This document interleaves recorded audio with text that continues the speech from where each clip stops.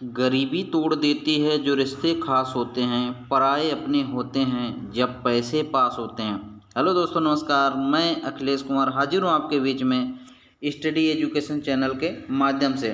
जैसा कि आपको बता चुके हैं, हम आपके सामने मनोविज्ञान की कक्षाएं प्रारंभ कर चुके हैं, जो कि सभी प्रतियोगी परीक्षाओं के लिए काफ़ी महत्वपूर्ण हैं। तो आज की हमारी कक्षा जो होगी एनसीएफ 2005, एनसीएफ 2005 से संबंधित जितने भी तथ्यात्मक जानकारी होंगे हम आपको प्रोवाइड कराने का प्रयास करेंगे।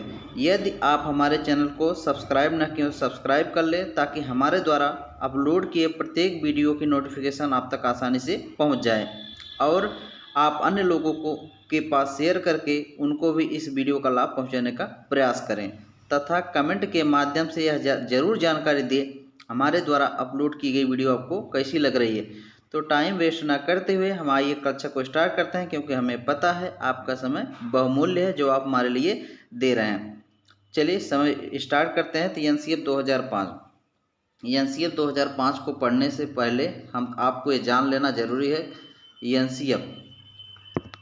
एनसीएफ 2005 को पढ़ने से पहले जान लेना जरूरी है, एनसीएफ का पूरा नाम क्या होता है। एनसीएफ का पूरा नाम है नेशनल, नोट करते चलेंगे साथ साथ, नेशनल करिकुलम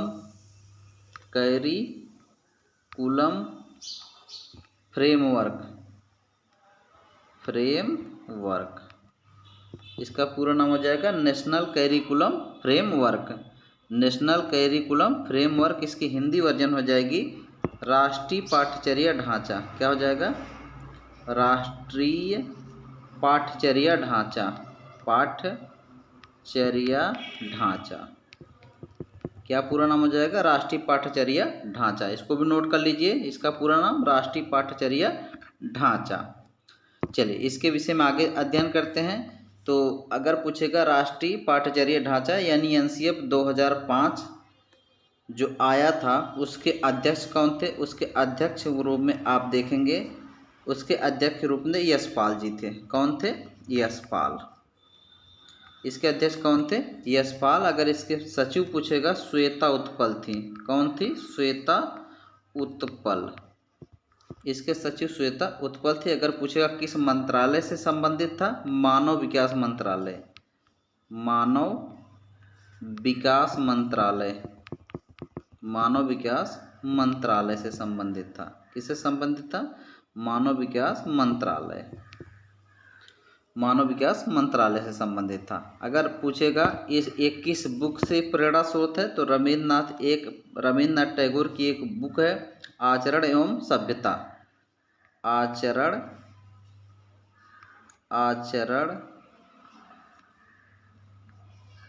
एवं सभ्यता। आचरण एवं सभ्यता किसकी बुक है? रविन्द्रनाथ टैगोर की। इसी पर आधारित यह एनसीएफ 2005 था। अगर पूछेगा एनसीएफ 2005 जो इसके पूर्व कितने एनसीएफ थे? अगर 5 एनसीएफ थे, इसके पूर्व 4 एनसीएफ थे। तो पहला 1975 में आता है एनसीएफ, दूसरा एनसीएफ 1988 में आता है, और तीसरा एनसीएफ जो आता है 2000 में।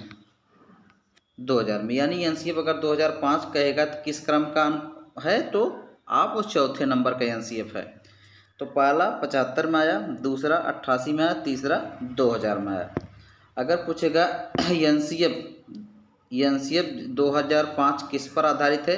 एनसीएफ 2005 जो है रचनावाद पर आधारित है। किस पर आधारित है? रचनावाद पर आधारित है। एनसीएफ 2005 रचनावाद पर आधारित है।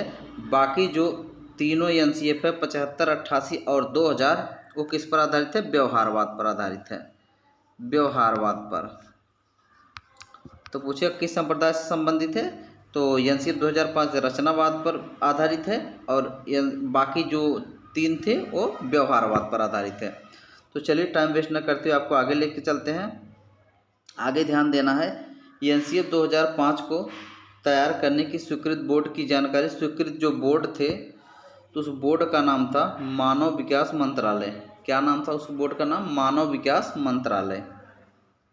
मानव विकास मंत्रालय, मानव विकास मंत्रालय उस बोर्ड का नाम ध्यान रखिए। पूछेगा किस बोर्ड से संबंधित थे? तो मानव विकास मंत्रालय। चलिए आगे चलते हैं। अगर पूछेगा एनसीएफ 2005 कुल कितनी भाषाओं में वर्णित है, तो संविधान में वर्णित कुल 22 भाषाओं में है। कितनी भाषाओं में? 22 भाषाओं में इसका वर्णन किया गया है, जो कि संविधान की सभी भाषाओं से संबंधित है। संविधान की सभी भाषाओं में इसका वर्णन किया गया है। चलिए आगे चलते हैं। आगे जान के अगर पूछेगा एनसीएफ 2005 में कुल कितने सदस्य हैं, तो सदस्यों की संख्या जान लीजिए, कुल 38 सदस्य हैं। कितने सदस्य हैं? 38। एनसीएफ 2005 में कुल कितने सदस्य थे? 38 सदस्य थे। अगर पूछेगा एनसीएफ 2005 के लिए एक संचालन समिति बनाई गई थी। कौन सी समिति बनाई गई थी? संचालन समिति। संचालन समिति बनाई गई थी। अगर पूछेगा इस समिति में कुल कितने अध्यक्ष थे? इस समिति में कुल 35 अध्यक्ष थे। संचालन समिति में कुल 35 अध्यक्ष थे। लेकिन अगर एनसीएफ 2005 में पूछेगा कुल कितने अध्यक्ष थे, तो 38 अध्यक्ष थे। तथा पूछे कितने पर्यवेक्षक, अगर पूछ ले, अगर यही क्वेश्चन आपसे अतिरिक्त पूछ ले कुल कितने पर्यवेक्षक थे, तो पर्यवेक्षकों की संख्या कितनी थी? पर्यवेक्षकों की संख्या याद रखना है दोस्तों, 3 थी। पर्यवेक्षकों की संख्या याद रखना है, कितनी थी? 3 थी। चलिए आगे देखते हैं। एनसीएफ 2005 का वर्णन कुल बताए कितनी भाषाओं में? कुल 22 भाषाओं में। संविधान के कुल 22 भाषाओं में। ठीक है, ध्यान रखना है। आगे एनसीएफ 2005 में कुल कितने अध्याय हैं? एनसीएफ 2005 में कुल 5 अध्याय हैं और 5 अध्याय और 2 परिशिष्ट हैं। कितने? 2 परिशिष्ट। 5 अध्याय और 2 परिशिष्ट हैं। ध्यान रखना है। पूछता है कि एनसीएफ 2005 में कुल कितने अध्याय थे, तो 5 अध्याय और 2 परिशिष्ट थे। चलिए आगे चलते हैं। एनसीएफ 2005 किस सिद्धांत पर बल देता है, तो अगला पॉइंट हो जाएगा आपका एनसीएफ 2005 जो बल देता है रचना वो करके सीखने पर। करके सीखने पर। किस सिद्धांत पर बल देता है? करके सीखने पर। यानी बच्चों को स्वतंत्र छोड़ देना चाहिए, जो अपने हिसाब से करके वो सीखेंगे। चलिए आगे चलते हैं। एनसीएफ 2005 का सूत्र क्या है?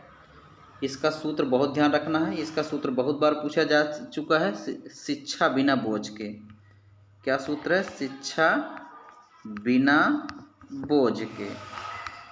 शिक्षा बिना बोझ के। अगर इसी का इंग्लिश वर्जन पूछ ले तो क्या हो जाएगा? Learning without burden. क्या हो जाएगा? लर्निंग, एक मिनट दोस्तों, क्या नाम हो जाएगा? Learning without burden. Learning without burden. ध्यान रखिए, कई बार पूछा गया है। इसका इंग्लिश नाम हो जाएगा लर्निंग विदाउट बर्डन, शिक्षा बिना बोझ के। यानी इसके कहने का आशय यह है कि बच्चों पर जो बेवजह इतना भार डाल दिया जाता है उसको कम कर दिया जाए। नहीं तो बच्चे उसको लेकर स्कूल जाना, बस्ते को प्लस बस्ते को लेकर घर आना, आते जाते ही थक जाते हैं, तो शिक्षा के लिए वो सही तरीके से तत्पर नहीं रह पाते हैं। इस वजह से उनके बीच को कम करने के लिए विद्यालय में ऐसी व्यवस्था की जाए ताकि वह इस अपने बस्ते के वजन को विद्यालय में रख सकें। चलिए आगे चलते हैं। आगे अगला है एनसीएफ 2005 के 5 सिद्धांत है, जो कि बहुत महत्वपूर्ण है। इसको याद रखना है। हम इसको क्रमवाइज आपको नोट करवा देते हैं। तो पहला सिद्धांत है शिक्षा को स्कूल के बाहर जीवन से जोड़ना। क्या है? शिक्षा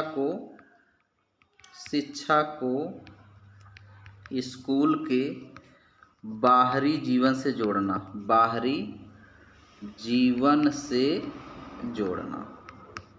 शिक्षा को स्कूल के बाहरी जीवन से जोड़ना। शिक्षा को स्कूल के बाहरी जीवन से जोड़ना। दोस्तों, मोबाइल से वीडियो बनाने का प्रयास करें, इस वजह से बोर्ड ना होने की वजह से थोड़ी दिक्कत है, तो आपको मैनेज करना पड़ेगा। तो दूसरा हो जाएगा, इसको नोट भी करते चलिए। दूसरा सिद्धांत हो जाएगा आज का एनसीएफ, इसका दूसरा सिद्धांत हो जाएगा शिक्षा को रटंत प्रणाली से मुक्त करना। शिक्षा को रटंत प्रणाली से मुक्त करना। रटंत प्रणाली से मुक्त करना। प्रणाली से मुक्त करना। शिक्षा को रटन प्रणाली से मुक्त करना दूसरा सिद्धांत हो जाएगा। तीसरा आपका हो जाएगा, तीसरे सिद्धांत की तरफ आपको लेकर चलते हैं। तो तीसरा सिद्धांत हो जाएगा, ध्यान रखिए, तीसरा हो जाएगा शिक्षा को सिर्फ पुस्तकों तक सीमित न करना। शिक्षा को सिर्फ पुस्तकों तक सीमित न करना। सिर्फ पुस्तकों तक सीमित न करना, सीमित न करना। ध्यान रखिए, सिद्धांत से डायरेक्ट क्वेश्चन पूछता है। तीसरा हो गया शिक्षा को सिर्फ पुस्तकों तक सीमित न करना। चौथे की तरफ लेकर चलते हैं। चौथा सिद्धांत हो जाएगा परीक्षा प्रणाली को लचीला बनाना। परीक्षा प्रणाली को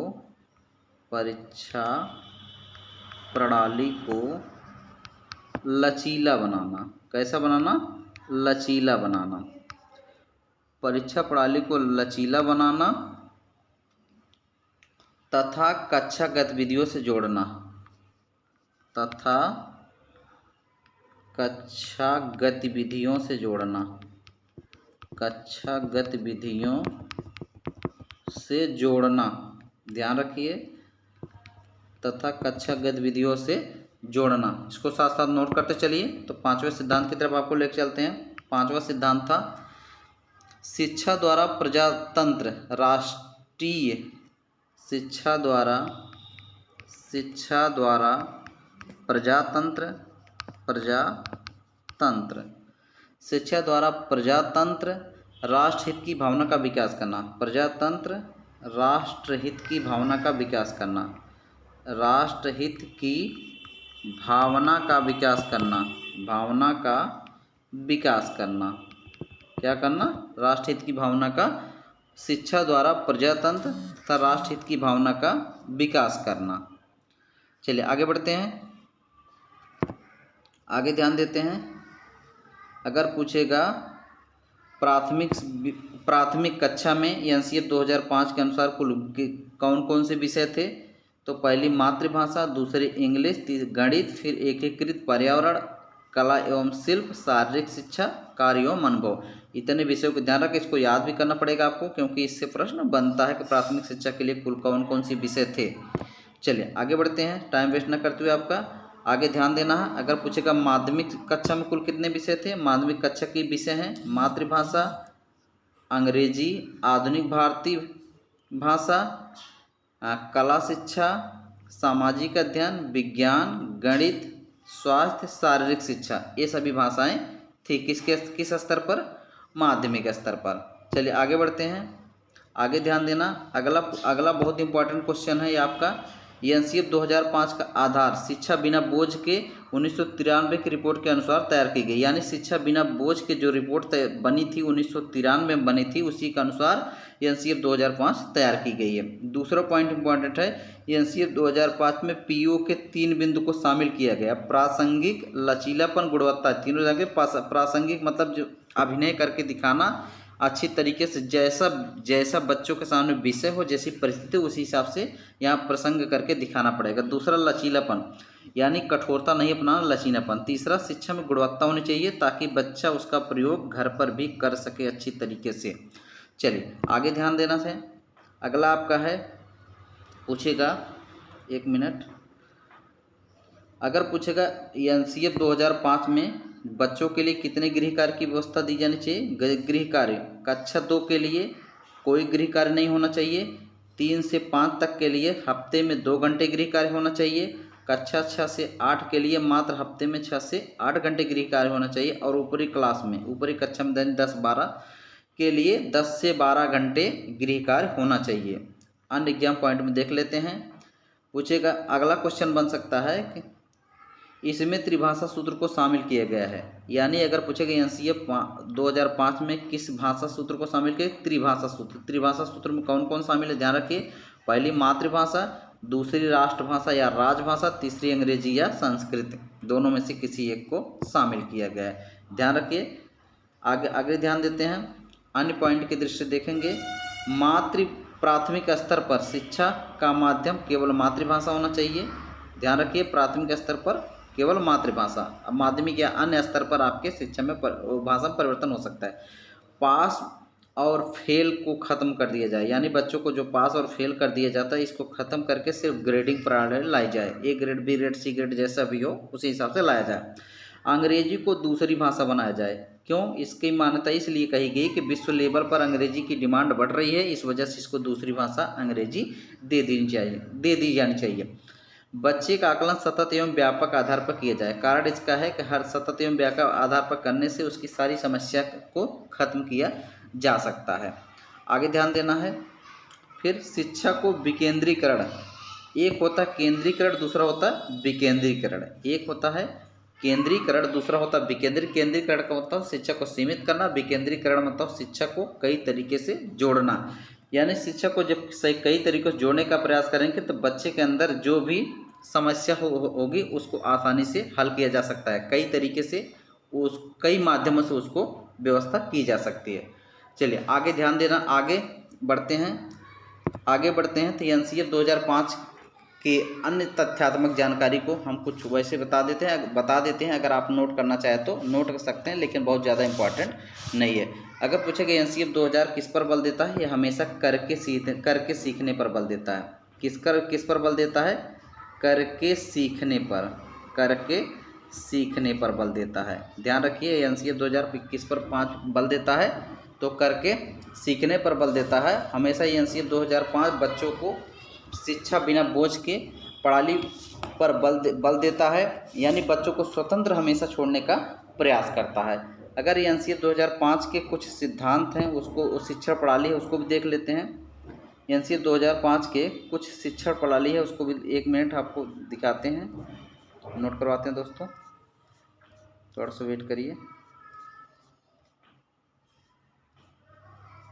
माफ़ी चाहूँगा थोड़ा समय आपके लिए। हाँ, तो चलिए नोट करवा देते हैं। कुल एनसीएफ 2005 के लिए शिक्षण विधियाँ कौन कौन सी है, ध्यान रखिए, नोट करवा देते हैं। तो पहली शिक्षण विधि हो जाएगी करके सीखना। क्या हो जाएगी? करके, 1 मिनट दोस्तों, करके सीखना। पहली शिक्षण विधि क्या हो जाएगी? करके सीखना। और दूसरी हो जाएगी आपकी निरीक्षण करके सीखना। क्या हो जाएगी? निरीक्षण करके सीखना। कैसे सीखना? निरीक्षण करके सीखना। तीसरी शिक्षण विधि हो जाएगी, नोट करना है सबको, परीक्षण करके सीखना, क्योंकि सब पूछे गए क्वेश्चन है। परीक्षण करके सीखना।